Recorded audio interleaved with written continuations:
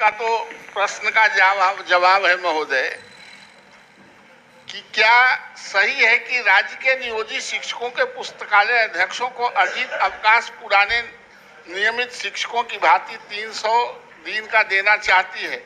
अभी उनको नियोजित शिक्षकों को 120 दिन का देते हैं और पुराने शिक्षकों को 300 दिन का देते हैं।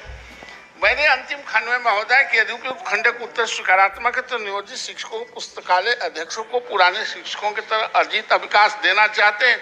बस दोनों शिक्षक राज्य सरकार का है, एक पुराना है एक नया है, तो पुराने ही की तरह राज्य सरकार नए पर देने पर विचार रखती है।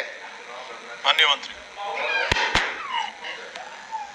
अवकाश का पत्र है लेकिन नगदीकरण नहीं हो रहा है, ये भी मामला है। 120 से 300 दिन का तो कहा जा रहा है, वो है ही, लेकिन उसका नगदीकरण भी हो, सिर्फ नियमावली में सजाकर सवार कर रखने की चीज नहीं है। शिक्षक अगर सेवानिवृत्त होते हैं तो अर्जितावकाश का उनको लाभ भी मिले, उसका नगदीकरण भी। महोदय, जो प्रवृत्त नियमावली है 2020 उसमें 120 दिन के अर्जित अवकाश का प्रावधान है महोदय, और नई नियमावली आने वाली है, इस पर विचार करेगी सरकार महोदय। प्रश्न संख्या 423। थोड़ा तो जिसको इस अर्जितावकाश का नकदीकरण का लाभ नहीं है, केवल ये नियोजित शिक्षक ही हैं जिनको 120 दिन दे रहे हैं, दे रही है शिक्षा विभाग। 300 दिन करना है, ठीक है। मंत्री महोदय ने आश्वासन दिया कि हम विचार करेंगे 2023 की नियमावली में 300 दिन का, लेकिन इस अर्जितावकाश का नकदीकरण हो, कोई ऐसा सेवा संवर्ग नहीं है जिसको अर्जितावकाश का नकदीकरण का लाभ नहीं मिलता है। इसलिए मेरा आग्रह होगा सभापति महोदय आपके माध्यम से मंत्री जी से कि उस पर भी आश्वासन दे कि इसका नकदीकरण का लाभ इन शिक्षकों को भी दिया जाएगा। माननीय मंत्री महोदय, अभी जो नियमावली है उसमें तो प्रावधान नहीं है, जैसा कि पढ़े हैं, प्रश्न आने के बाद देखे हैं तो जानकारी मिली है, मगर नई नियमावली आने वाली है, उस पर विचार करेगी सरकार गंभीरतापूर्वक। महोदय, नई नियमावली कब तक आने वाली है? अब पूरी तरह से हमारे सम्मानित माननीय सदस्य नवल बाबू, आप आश्वस्त रहिए, कम से कम वर्ष 2023 संपूर्ण नियुक्ति प्रक्रिया को पूर्ण करेगी। प्रश्न संख्या 423। माननीय सदस्य डॉक्टर संजीव कुमार सिंह। उत्तर प्राप्त हो चुका है।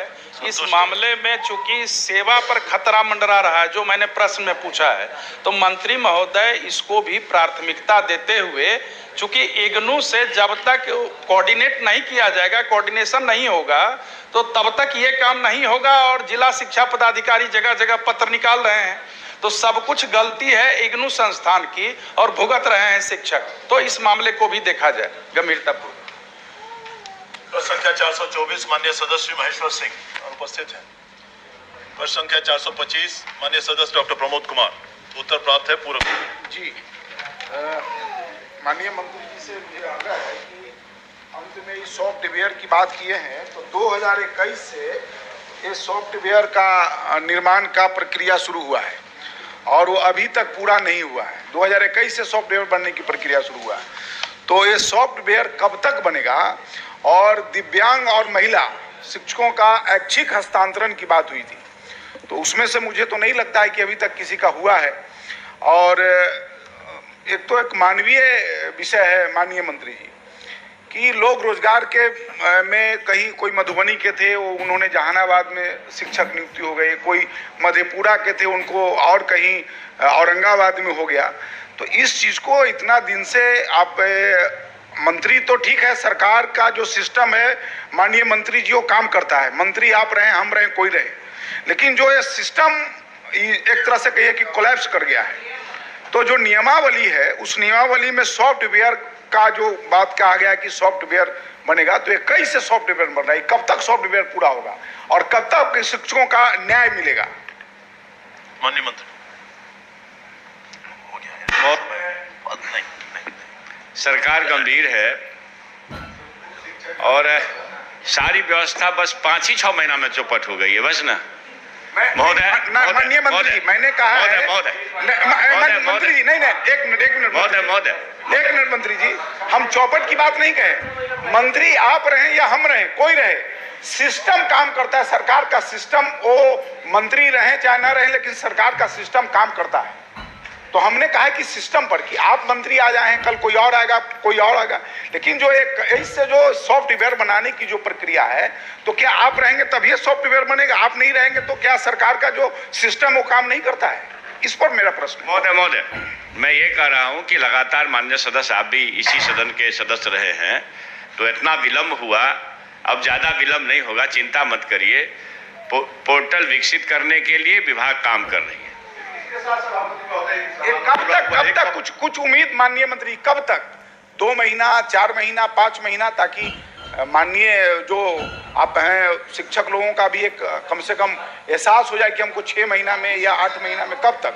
एक सवाल और जुड़ा हुआ इसके साथ महोदय, हम 1 मिनट जानना चाहें कि 2020 में जो नियमावली आई उसमें महिला और दिव्यांगों के लिए तो प्रावधान किया गया, अंतर जिला, अंतर इकाई सब, और उसी के सॉफ्टवेयर की चर्चा भी हो रही है, लेकिन इसी के साथ एक सवाल और था कि पुरुष शिक्षकों को भी इसका लाभ मिले, अंतर जिला, अंतर इकाई का स्थानांतरण का लाभ उस पर दे। आपसे भी कई बार बातें हुई हैं, आप सहमत भी थे। हम समझते हैं कि वह सॉफ्टवेयर या नई नियमावली जो बनने जा रही है, पुरुष शिक्षकों को भी, अंतर जिला, अंतर इकाई सभी पुरुष शिक्षकों को इसका लाभ मिले। मेरा आग्रह ये हो। सदन में कई बार आश्वस्त किया गया और उसके लिए एक कैलेंडर बना दे, विभाग कैलेंडर बना दे, जो कि मार्च महीना चल रहा है, अप्रैल महीने में आवेदन ले करके जो इच्छुक अभ्यर्थी हैं, इच्छुक शिक्षक हैं, वो स्थानांतरण हेतु आवेदन प्रपत्र भरेंगे। ऑनलाइन भरने की प्रथा है सॉफ्टवेयर में, और अप्रैल महीने में ही उनका स्थानांतरण भी जो इच्छित जगह है, जो उसका मापदंड है, उसके तहत कर दिया जाएगा। ये जब सॉफ्टवेयर है तो फिर इसमें 4 महीना, 3 महीना, 2 महीना समझ में ही नहीं आता है। ये तो सॉफ्टवेयर है, इसको मंत्री महोदय आज चाहेंगे कल से शुरू हो जाएगा, इसलिए अप्रैल महीने में ये हो। माननीय सदस्य महोदय, जवाब में भी स्पष्ट है, माननीय सदस्य भी देखे होंगे कि नियमावली बन चुकी है, पोर्टल डेवलप होगा, आवेदन लिए जाएंगे। तो जब पोर्टल डेवलप होने में ही थोड़ी समस्या है, जो भी समय लग जाए, क्योंकि आप लोगों को मालूम होगा कि पहले भी वो इस पर काम हुआ था और फिर ये पोर्टल बनते बनते वो नहीं हो पाया किसी कारण से, तब वो सारे कारण से। और माननीय सदस्य जो सदन के हैं, सभी गंभीर सदस्य हैं, आप लोगों से भी राय ली जाएगी समय समय पर, आप चिंता न करें। संख्या 426।